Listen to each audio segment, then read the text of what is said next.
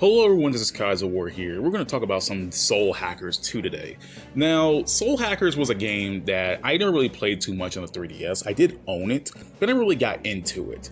It was one of those games that I guess it was one of those Shin Megami Tensei games that just never really grabbed my attention too much. The same went for Strange Journey, and not like I hate any of these games at all, but they weren't games that particularly kept my interest. But it is nice to see Soul Hackers of all things get a sequel in this day and age. Soul Hackers originally came out in 1997. So, I mean, then it got ported over to the 3DS and remade. So technically, if you really want to count it, it's been about almost 10 years since the 3DS version came out. And a whopping about 25 years since the original version on the Sega Saturn, which is actually pretty crazy. Now, visually, the game looks great. It's nice to see more Shin Megami Tensei games get more spotlight, which is weird because in this game you're calling it Soul Hackers 2. They're not calling it Shin Megami Tensei Devil Summoner Soul Hackers. They're not even calling it Devil Summoner Soul Hackers, which is kind of weird to me. I guess they're doing the whole Persona 5 thing where they just kind of cut the Shin Megami Tensei name away from it. I already know that Persona only had the Shin Megami Tensei name attached to it in North America, and it was actually called Megami Even Roku in Japan. But it's funny to see that Soul Hackers of all things is actually just straight up Soul Hackers 2. It's just weird to see. It's weird to see that, you know. I guess they're trying to put more emphasis on these side games being their own games rather than just being a Shin Megami Tensei side game, which I can understand why. You know, I guess it's just trying to give more spotlight. So hell, who knows? Any other side Shin Megami Tensei games who hadn't had anything in a while, maybe they get remade and they have their own titles too, or part of Atlus.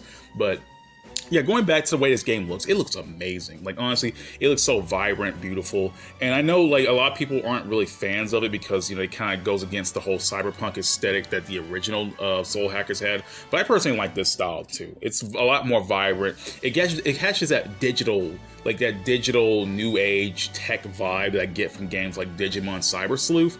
That's what I kind of like, you know. It's not like a style I'm really deep into, but it looks really good for this game. Honestly, I don't remember much about the original Soul Hackers. I won't lie to you. I haven't played the game too much. All I remember out of that whole thing is Nemissa, if I'm pronouncing her name correctly. All I remember is Nemissa, and I think that's what everyone remembers about the original Soul Hackers. But yeah, I'm personally hyped for this game. And it's nice to see that it's not only coming on PS4 and PS5, but it's also coming on Xbox. It's also coming on Steam as well, which is nice.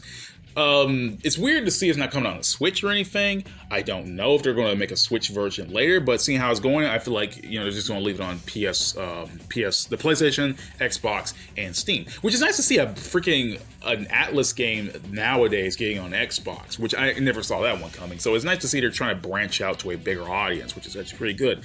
I know a lot of Japanese companies and publishers have just stopped caring about putting games on the Xbox, and while I personally don't own an Xbox myself, I would like to see more people play these games, even if it's on a console that not many people from that country really play. So, but it's nice to see that.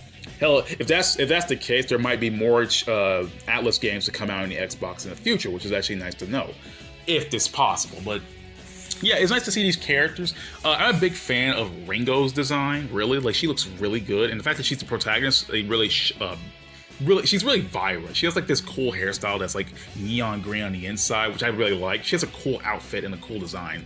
Like, one of the best protagonist designs, I think, out of Atlus in general. She looks really good. And I also like Milady's design. Milady looks also pretty cool. Like, I think the one thing I like about this game so much is just the way the characters look. I think just particularly these two, but everyone looks really good. I swear, like, this game just looks so clean.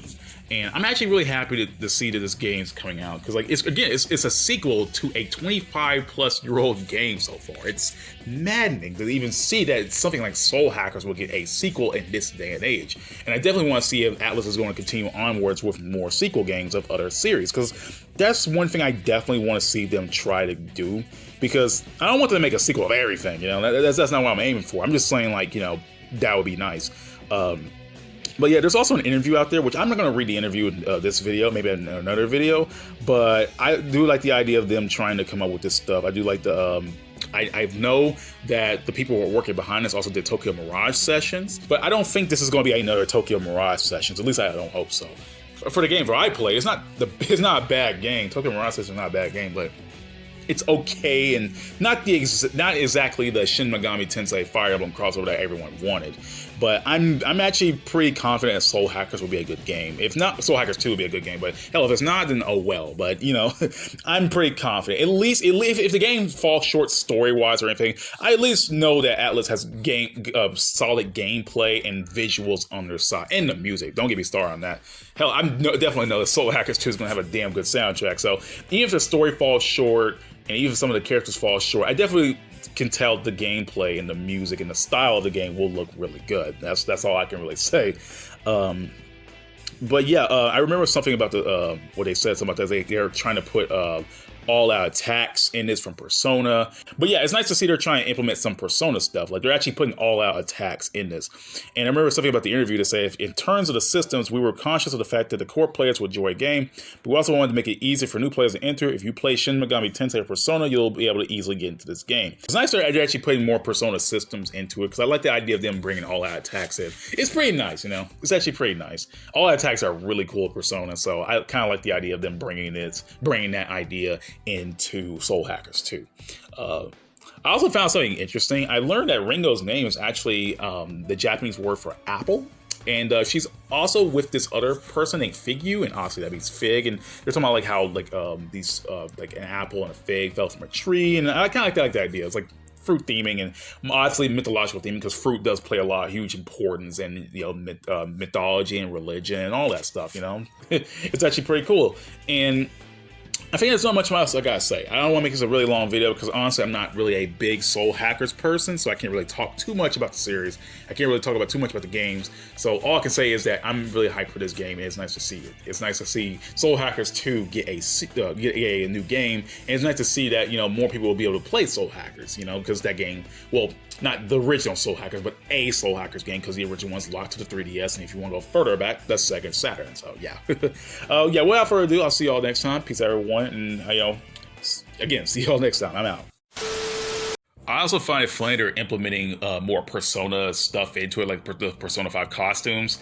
Like, I know Atlus does this pretty much almost every new game release that's not Persona, and they find a way to sneak Persona into it. I think the only time they ever did that was Shin Megami Tensei 5. I'm surprised they didn't put some kind of alternate costume for the Nahobino for him to dress up like goddamn Joker or something. But I just find it funny they just want to stuff Persona in anywhere they can. Oh yeah, we put Catherine full body, we got Persona characters making cameos.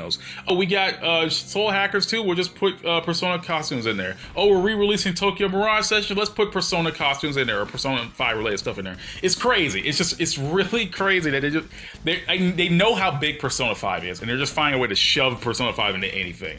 After a while, I guess people will get sick of Persona 5. I'm not yet, but I can see why people would, you know, get annoyed at that kind of thing. But honestly, I can just see this as Atlus, just like they just don't care, and they know how big Persona 5 is, and if there's any way for people to get these games that's not a resident Shin Megami Tensei fan or is a fan of Persona, I think that's just their way of getting more people interested, because they know how big Persona 5 is. Also digging this maid costume for Ringo. Like, I think just Ringo in general just looks like again, I already mentioned before, she just looks like a damn good character. Like, every outfit so far. I even like the idea that they're changing her design to look like Joker's, and like they changed her hair color, and I was like, it looks so sick, dude. I swear to God. I mean, hell, they even added a new Jack Frost variant named Iho-kun, which I just like. I wish they had more Jack Frost variants, man. Like, I would have loved to see a Jack Frost that was based off the Nahobino or the Demi Fiend. That would have been sick.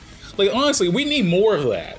We need more of these Jack Frost variants, man. I know we got some off Ryo Kuzunoha and the main character for Strange Journey, but like, damn, we need more. Look, I like this. I like that they can have Jack Frost based off the protagonist. We need more.